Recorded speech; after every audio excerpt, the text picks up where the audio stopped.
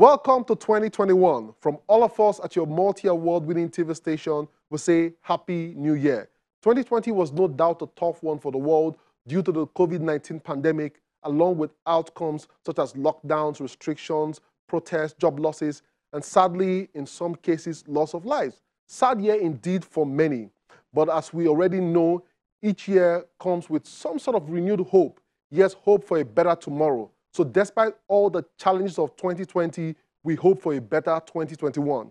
Now, one industry that has continued to thrive is tech, because more and more people suddenly had to rely on one form of technology or the other to get through the difficult days. Of course, this attracted more users and led to increased valuation for many tech giants as well as startups. Well, today on the show, we'll bring you some thought-provoking interviews and stories from 2020. Yes, there is indeed a lot lined up for you, but let's get the show started. I am Chukwemeka Agbata, and I'm glad to inform you that Tech Trends is here again in 2021.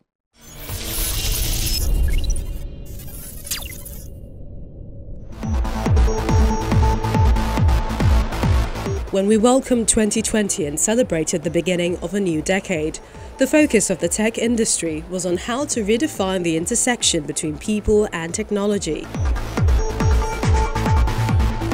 There were high expectations on how to make businesses more intelligent through digital transformation, data-driven dynamics, and even security safety. There were also hopes that artificial intelligence, AI, would once again dominate the technology headlines. But it didn't take long for this optimism to wear off as the COVID-19 pandemic struck. Nations were shut down with strict isolation measures put in place, and by the end of the first quarter of 2020, the effects of the pandemic was felt. Companies tried to stay afloat by embracing digital operations, and innovations kept popping up as both individuals and organizations sought ways to contribute to the fight against the coronavirus. On Tech Trends this week, we share with you some major innovations and events that emerged in the tech industry in the year 2020. First off is the 2020 Social Media Week Lagos that was held at the Landmark Event Center. With the global theme Tag Human X, conversation stemmed on what it means to take a human-first and experience-driven approach to innovation across industries and communities throughout the internet. A panel discussion held by Payling.com by Remitter under System Specs Limited focused on digital lending and fintech collaborations. The focus of this session today is about, how we're offering authentic human experience to people in line with our vision to empower everyday Nigerians to be able to access credit. And for us to be able to do this, we're using a mix of data, technology resources, and a focused organization behind the delivery of that objective. Next up is a highlight of solutions created to help fight the pandemic. One of them is the Tojo App, an application that informs you of the preventive measures against the COVID-19. The Tojo is basically a single mobile app that sensitizes the people on what to do around COVID-19, and at the same time, you can see what is going on in the world, ranging from world statistics, also statistics from the NCDC, and at the same time too, you can report suspicious activities that can be used for contact tracking. You can chat with authority. This chat is built in such a way that we could help NCDC with their overwhelmed situation so that people can be able to reach out to them as soon as possible. Coronavirus Daily Update is another app that can track the changes and updates on the spread of COVID-19 across the world. It allows people to have access to real-time information and data of those who have contracted the virus. So the mobile application pulls data from the World Health Organization and the odometer. These are the real-time sources that are confirmed. So if a case has not been confirmed by the World Health Organization, it will not be updated. So we make sure that our data source is actually from there, and all the information they put out from medical experts are also on the application. An alternative ventilator by Tolulope Olukokun is another project to help fight the pandemic. I recognize that some people are suffering, I mean, and if this could save their life, why not have it? So many of the ventilators they have in the hospitals couldn't even go around, too many patients, and they were calling for people that could quickly, have a cheap and affordable, easily assembled ventilator that could keep people alive. I mean, this is used to force air into patients that cannot breathe on their own due to this kind of virus infection or attack. Anjola Badaru, a young Nigerian manufacturer with a background in industrial design, also responded to the global pandemic by developing 3D printed face masks. One shortfall has been the availability of safety gear and personal protection equipment to begin with, medical staff, as well as those who have to be active in this period. So we swung into action, turned our little garage into a manufacturing, integrated manufacturing now, batching out units of protective covering to go to the doctors in the hospital, the surgeons in the theaters, and things like that. In Warri Delta State, a Nemo team at a software development company built a contact tracing app called COVID Together to fight the virus. The app is aimed at contact tracing, information and action. We understand that when people fall sick with the coronavirus and the government authorities may ask them who they met or where they've been to or how many people they must have met, the information they offer may be incomplete because perhaps they've forgotten. And so we built a contact tracing app that uses Bluetooth low energy technology to assist with contact tracing. Julius Ilori, with some of his colleagues, also developed a web app that provides free educational materials to secondary school students, enabling them study on their own at home. Initially, it was launched as an e-library so that students who log onto the platform can come in, look for educational materials of their choice, and then download them for offline use. But in a bid for us to offer more to the students who were constantly interacting with the platform, we decided to add the feature whereby they could take mock tests. Now, on one click, these students get access and then they're able to test what they've learned. Abiodun Ilori, a solution provider, developed a coronavirus self-test app to help individuals assess their symptoms and determine if they are candidates for a test. This solution basically works with all the guidelines given by WHO, and I digitalized it. It's highly customized, and because that gives us our analytics, data capture, daily answer to everything we need graphically. So we were able to monitor everything at all, day in, day out. The only challenge we have right now is that we would like Google Apps, the Play Store, to publish it, and Apple as well. But right now, because coronavirus is a pandemic, they will not want to do that if we don't have a government support. So you click on self-test, and then you go straight to the first question, whether you've traveled in the last 14 days to any of the affected countries. The second question, which has to do with whether I've been in touch with anyone that has coronavirus in the last few hours or a day or two, or whichever one. So these are the answers as stated by WHO, and I've clicked the one that best suits me. Straight to the next question, whether I'm experiencing any difficulty in breathing. My answer here is a no, and you click on next. Straight to the next question would be the one that has to do with your body temperature, and mine is lower than what is stipulated by WHO for symptoms too. And then the answer here is next. So if you have any of the following symptoms, you have to pick the one that you feel best suited for you, and the next one is for people with underlying ailment. I've answered the whole question. The next thing for me to do now will be to fill in my name. Mind you, this is a demo app. It's not being recorded anywhere, so you have to just accept the terms and conditions and you submit to check your result. Checking your result, you just have to accept the disclaimer that this is not a test, it's just a way of you assessing your exposure to the risk of contracting coronavirus. And this is my result, showing me that I'm low. In 2020, we also saw the implementation of a Dig Once policy by the Lagos State government, whose aim is to unify the state's fibre infrastructure into a single cable duct. This, according to the state government, will prevent the continuous destruction of roads, water pipes and other social infrastructure. We've also started deploying our first phase of a 3,000-kilometer metropolitan fiber optic. You will see in Lagos 5 colors of cables that are being dotted all around. We're doing it in collaboration with the private sector, and so this is our concession. So there's going to be a total of 6,000 kilometers. So the phase 1 of it is 3,000. That's why you see the yellow cable, the red cable, the blue cable.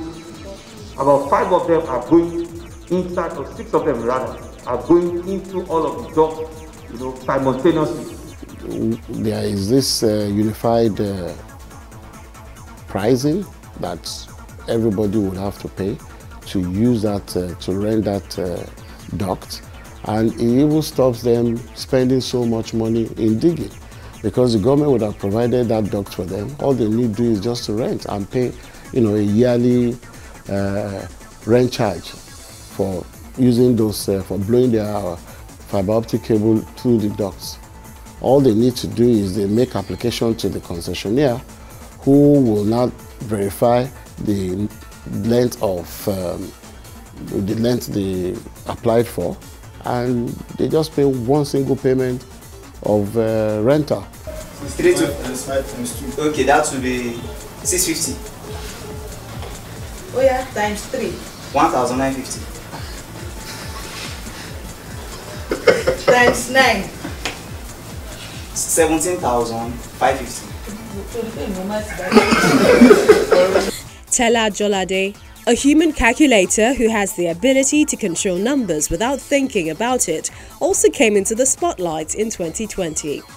He makes remarkable mental calculations such as adding, subtracting, multiplying or dividing large numbers without the use of a calculator. 7,000 times 5 35,000 times 5 175 times 5 875 times 5 4,375 times 5 21,875,000. I have the ability to control numbers with my brain. I can multiply, divide, subtract, add, do square roots, cube roots, and some other things without using calculators. And finally, another major event is the Art of Technology 2.0 that focused on the data value chain as an enabler of a smarter Lagos. The Governor of Lagos State, Babajide Sanwo-Olu, unveiled Startup Lagos, a platform to avail entrepreneurs the springboard to global success in years to come. For us as a government, we've developed what we call a smart city agenda. And in that our smart city agenda, young, forward-looking Nigerians everywhere in the world can indeed come together, right, and create, a city that is not only resilient, but a city that works truly for all of us. It's now evident that within the next decade, Nigeria will cease to be a country whose main contribution to the world is crude oil. The resources that we have, which are in increasingly high demand globally, are your capacity for innovation, your imagination, your creative content, and your highly adaptive solutions. Your minds and workspaces are the refineries of the present and the future. After the COVID-19 pandemic, there is little opportunity to return to the old ways of doing things, but as tech startups and companies embrace the accelerated transformative changes that came with 2020, the tech industry will no doubt take a new shape as it rebuilds in 2021.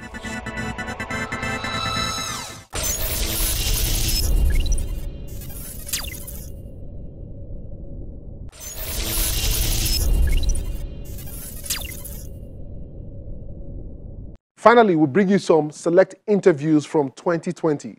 Enjoy.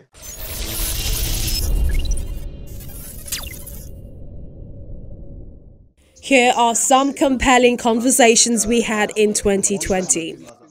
EdTech creates a level playing field.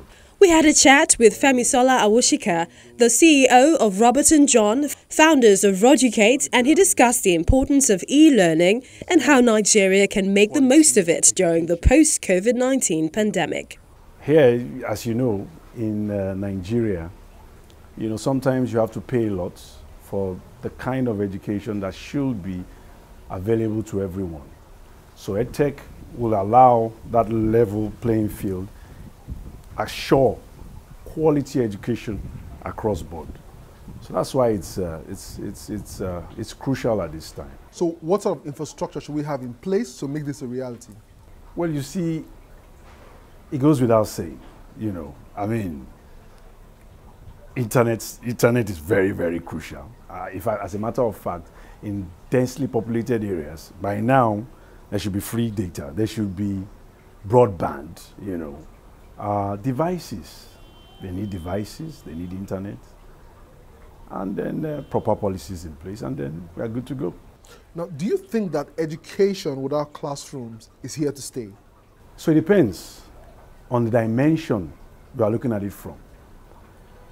Coming from someone like me, who I mean, we're a veteran in this, 10 years in EdTech, I won't see it as, you can't eradicate the classroom, because from the dimension we'll be looking at it from, it will be that if you say education, do you know that, when children, when they interact, they are learning, when they touch, children between the, age of 0 to 5 develop 80% of their brains around that time.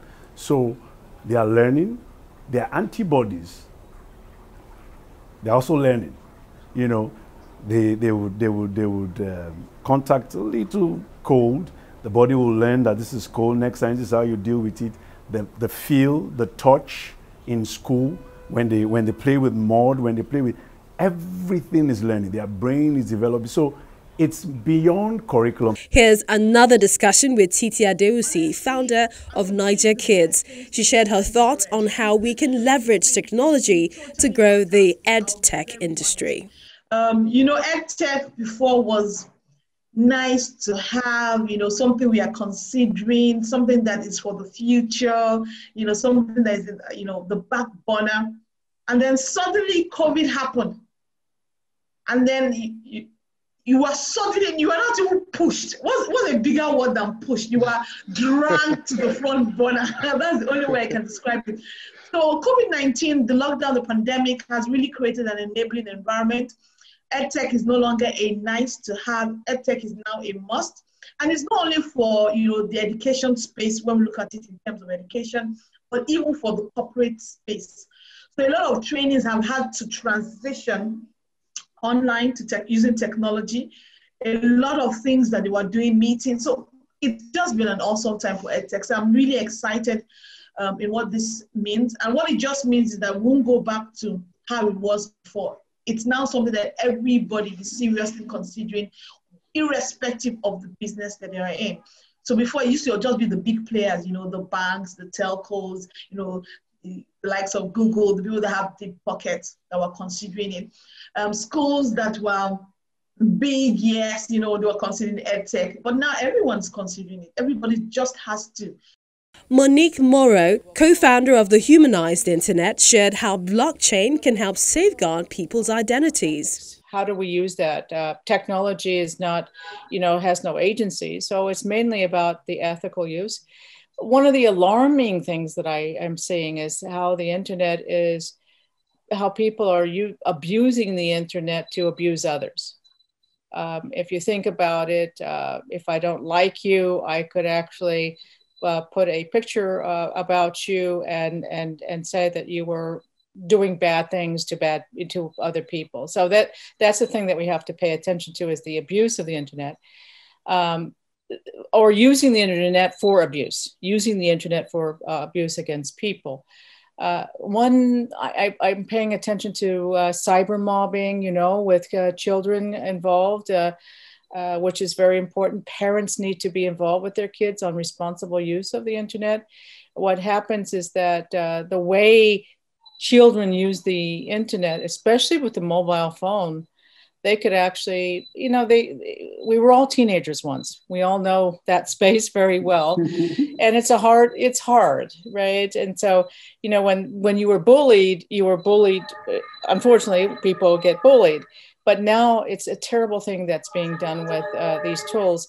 And what happens is that, what we're seeing is that a high rate of suicide amongst teenagers, particularly. I mean, that depends on the geography, but it's something to pay attention to. Daniel Chinagozi, founder of Innovation Growth Hub in Aba and Onitsha, explains ways we can take full advantage of some of the opportunities that will be available in a post-COVID world. A synergy between the innovation ecosystem and the government will solve a lot of problems. First off, from the education. Okay, see what has happened with our education. Students are not able to go to school anymore. Just recently, most states opened for exam classes because they needed students to write their final exams. Okay, and all that. Some students went into that hub without being prepared. Just some few states that were having virtual classes. Okay, so if there was a synergy between the innovation and the government, this wouldn't have been a problem. I can say for my state in Abia, we partnered with the government to start what we call the Abia virtual class. Okay, that took education to do. We because we were innovative, we're just thinking online. But the governor said, let's do online, let's do radio, let's do TV. So they had like 5 radio stations joining every morning, 8 a.m. to 3:30 p.m. for the children, 2 TV stations, and then it was also streaming online, class by class, junior class in the morning, senior class in the evening, early hours for primary school. So, and the content of this, we have also been able to put in a mobile application format so that students can go over it and over and over. So it helped, but there are certain places there was no form of interaction between the education and the students. And finally is this interview with the Director General of the National Information Technology Development Agency, Kashifu Abdullahi, who tells us how the agency is trying to deepen technology across the country. We have so many initiatives we are working on. One of it is we are working with MIT under one of the initiative, MIT RIP. RIP stands for Regional Entrepreneurship Acceleration Program. It's a global capstone initiative designed to help region accelerate innovation and entrepreneurship, as well as promote social progress. They come to a region, create an ecosystem, help the region craft a strategy that can help position the region to benefit from its innovation capacity and entrepreneurship capacity.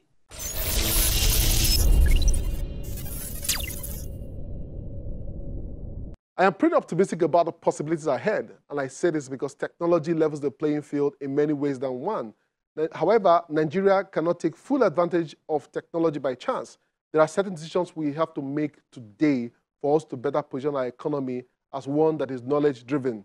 Let 2021 be that year we equip more Nigerians with digital skills and get them better prepared for what can be best described as an interesting world ahead. One thing that I'll say is that, God willing, Tech Trends on Channels Television will be here to share insights, trends, and developments as 2021 progresses. So always stay with us. It's a wrap on this very first edition of the show in a brand new year. Reach out to us on social media at Tech Trends TV. You can always see the entire show on Channels TV YouTube or cfablog.ng. For Tech Trends, I'm Chukwemeka Agbata.